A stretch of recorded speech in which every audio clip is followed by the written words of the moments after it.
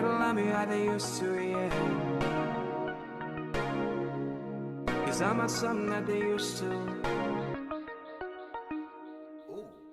They don't love me how they used to, yeah. Never love you how they used to. They don't love me how they used to, yeah. Never love you how they used to.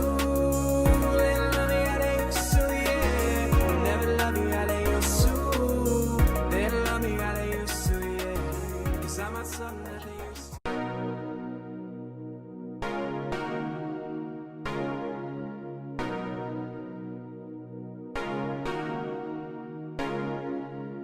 They don't love me how they used to, yeah.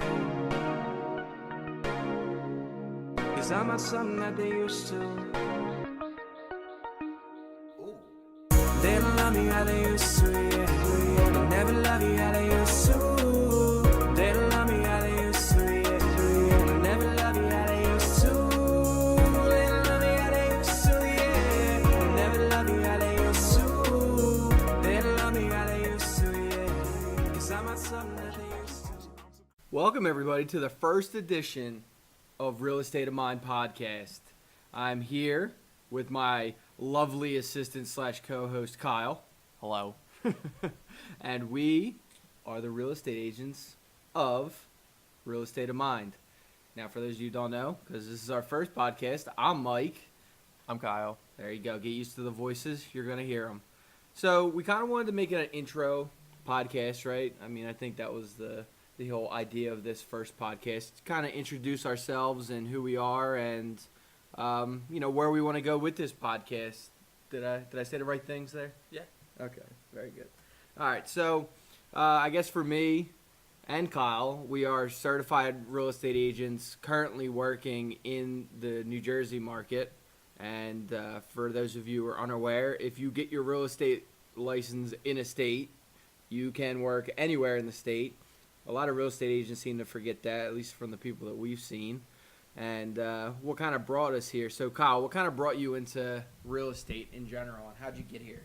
So I went to school for marketing and actually sports management as well. And I had all these opportunities in the sports world. I was at the top, in my opinion, which was working at the Wells Fargo Center, which is the number 3 arena in the nation for terms of revenue and all that fun stuff with the amount of shows and entertainment going on. So I thought I was at the top, and it hit me that I don't necessarily want to work in sports, and here I am sitting here. You can't base real estate off of HGTV, but I personally loved HGTV. Right.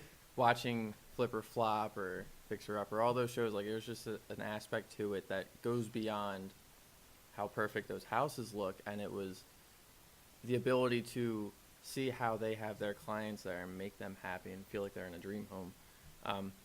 For me, I've always been relationship based. I've always wanted to build a relationship with someone and call them a friend as well as a colleague or a partner or whatever. And for me, real estate is that avenue to create the ultimate relationship. You get to know the person, you get to have fun with them and talk life with them.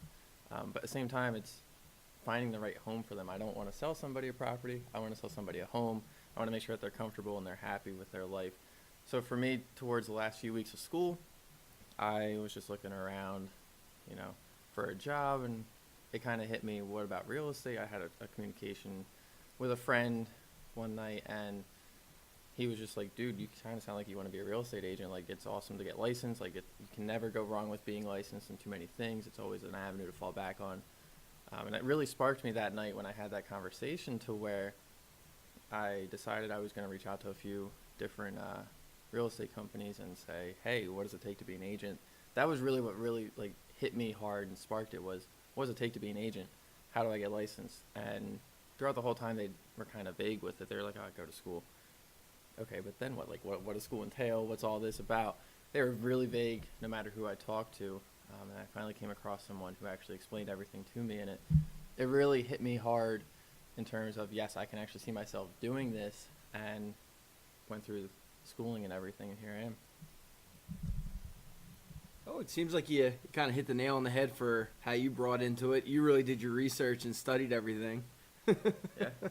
I mean, for me, kind of funny because we started in the same avenue. I got my my undergrad in sports marketing and media, and I worked at the Wirewater Sports at ESPN. I did announcing, marketing research, coordination, media setup, the whole thing. Fan engagement. I was a point of contact for the Atlanta Braves when the Atlanta Braves would come down, because that's where they do their spring training. So that was a lot of fun.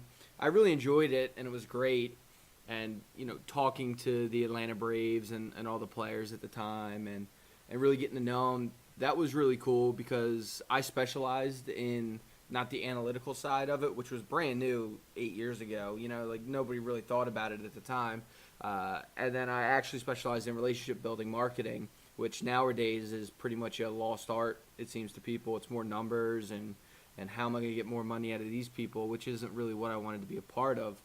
And then, so I came back. I was a bartender, and I was a manager of a restaurant, and you kind of get real tired of that real fast. And the building I was working at, you could kind of see the signs. The painting was on the wall that this place was going down.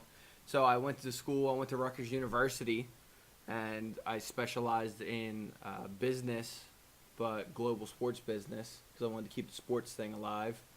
And I really enjoyed it. It's really fun. I was a marketing researcher, and I'm still a marketing coordinator for a company that deals with athletes who, when they get hurt, they kind of can go to them, and they'll keep their mouth shut about, how you got hurt and all that stupid stuff. But I never found that real connection to, this is what I want to do, and I always feel like I should be learning something more, and I just wasn't. And then you stepped in, talked about how you were going to be a real estate agent, and I sat down, I looked at my girlfriend, and she was like, I could definitely see you talking to people, and you can use your degrees to do something. And I finally stopped dragging my feet, and I was like, all right, let's do it. I don't even remember asking you any of the research questions. I was just like, what's the first thing I got to do? And it was go to school. And what, the next day I was there, right? Yeah. And so we'll talk about real estate school in the next podcast. And but it's a really interesting thing. It was 75 hours in New Jersey. You have to sit down and take it. And Bob, I feel like there'll be some Bobisms that come up in this podcast, so that'll be interesting. Bob was our instructor. Very nice guy. Loved him. I loved every Very second funny. of Bob, and that was really great. But yeah, I mean, that's kind of what brought me into real estate. Nothing really out of the ordinary. I mean, then again, my girlfriend also, right now she works in the NYPD with the goal of becoming an FBI agent and being stationed in New Jersey or the Pennsylvania area. So having a license that allows me to just jump around instead of trying to find like another job every time we relocate was really helpful for me. Plus, you could be your own boss. Like, what's so wrong with that? That is true. You can be your own boss. You can, dictate your own hours. It all depends on how much you want to make. If you want to work 60 hours a week and reach as many people as you can in that time frame, more power to you, potentially more money. Or you can do part-time. You can be a full-time employee at a business in the corporate world, working 9 to 5 every week. And on the weekends, you can be an agent and have these open houses or go out with friends, clients that you might know, and sell them a house and have supplemental income coming off of that, so you can make a $4,000 or $5,000 commission. Okay, well, now we're going on vacation. This is something we don't have to pull out of our normal funds that we make on our daily job. Right. And someone else that sold me on real estate when I was doing my research was when I had reached out to somebody in the area to see, again, what it entailed. The owner of the business, her daughter actually went to the same school I did and went with a marketing degree as well. And, with being a real estate agent, you don't need a college degree. You just need a high school degree. You can be 18 when you're an agent. So for me, it was like, am I wasting my 4 years of college? Am I wasting all this tuition for nothing? Well, it turns out this agent here went to the same school, marketing degree, has done very well for herself, one of the top agents in the market. And that to me was a motivating factor. Having that marketing background, you understand a little bit more.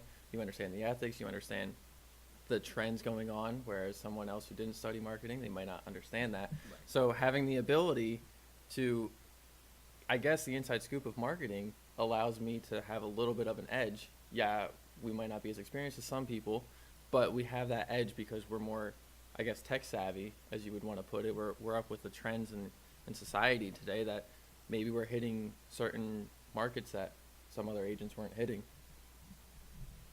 I like that too. I mean, You came in here well prepared. I respect it. For those unaware too, because I don't think we've mentioned this. These are completely unscripted. We come up with like a couple ideas of what we want to talk about, and then we kind of just let our experiences and our words just take us where they want to go. As long as we hit the 5 or 6 bullet points.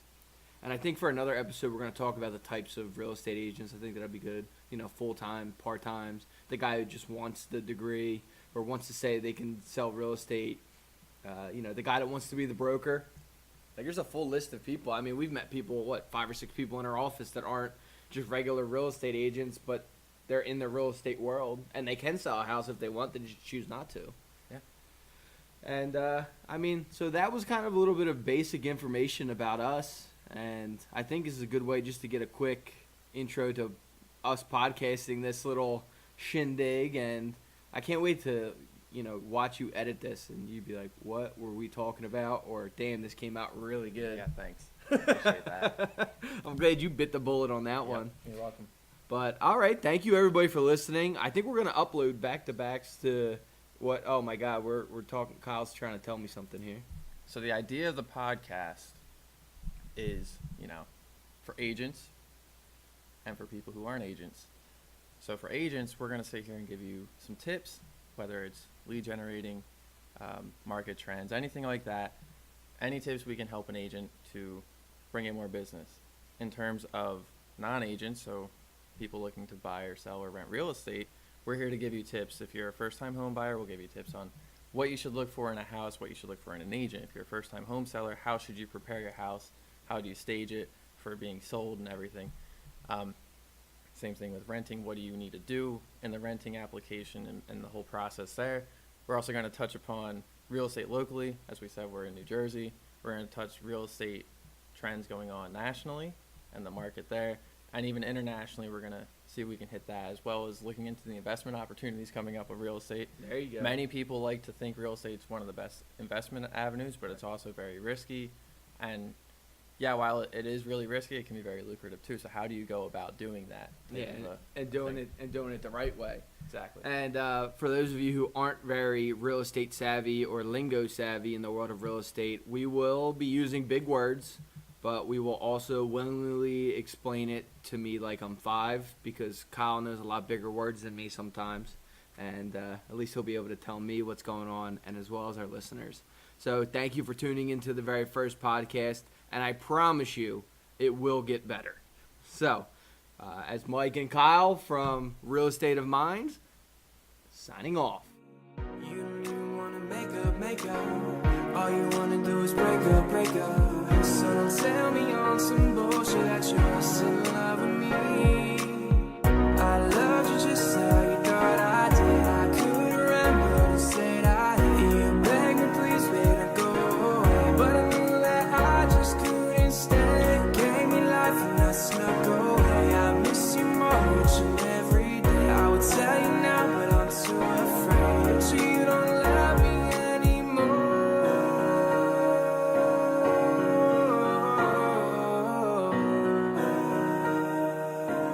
Cause they don't love me anymore. They don't love me how they used to, yeah. They'll never love you how they used to. They don't love me how they used to, yeah.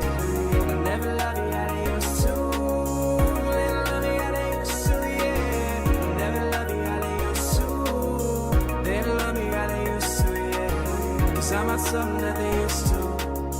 You don't even wanna make up. All you wanna do is break up. So don't tell me on some bullshit that you're still in love with me.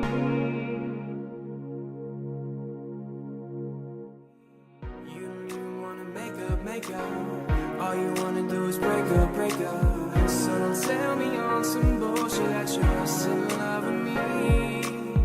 I loved you just how you thought I did. I couldn't remember to say that I did. You begged me, please, baby, go away. But I knew that I just couldn't stay. Gave me life and I snuck away. I miss you more each and every day. I would tell you now, but I'm too afraid. So you don't love me anymore.